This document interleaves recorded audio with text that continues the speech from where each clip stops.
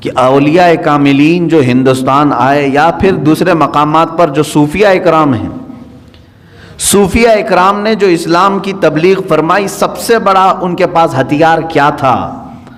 آج مثال کے طور پر آپ ہم سب کو اگر سنتے ہیں مجھے تو ظاہر سی بات ہے میری اور دوسری چیزیں تو آپ کو معلوم نہیں ہوں گی، لیکن تقریر معلوم ہے کہ یہ مشہور ہیں اپنی تقریر سے یا بیان سے، یہ ایک چیز معلوم ہے۔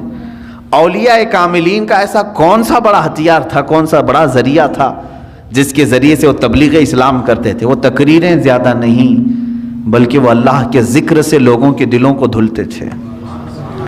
اس چیز سے ہم بہت دور آ چکے ہیں۔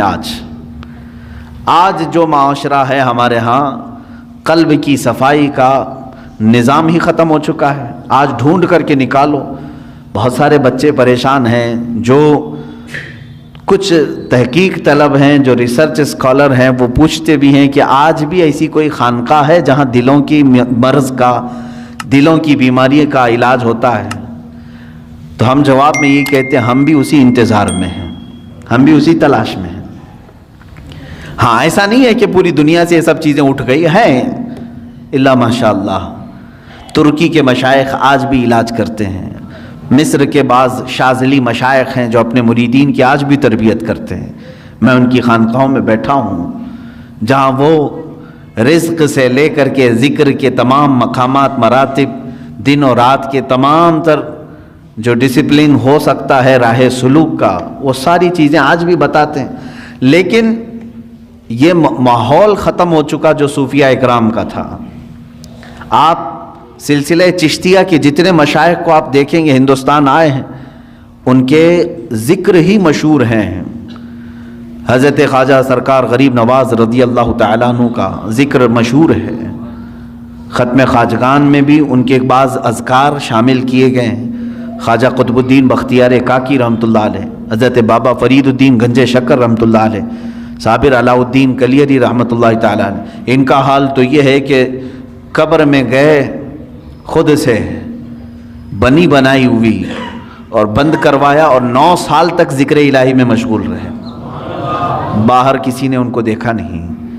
یہ وہ لوگ تھے جن کے اوپر فنا کی کیفیت طاری ہو جاتی، وجدانی کیفیت طاری ہوتی۔ بعض لوگ ہم سے یہ سوال کرتے ہیں کیسے یہ رہ سکتے ہیں 9 سال 10 سال 8 سال 11 سال، جو بزرگوں کے متعلق یہ روایات ملتی ہیں۔ میرے عزیزو، عقل یہاں آ کر کے رک جاتی ہے اور سمجھ نہیں پاتی، کیونکہ انسان کی اپنی ضروریات بھی ہوتی ہیں۔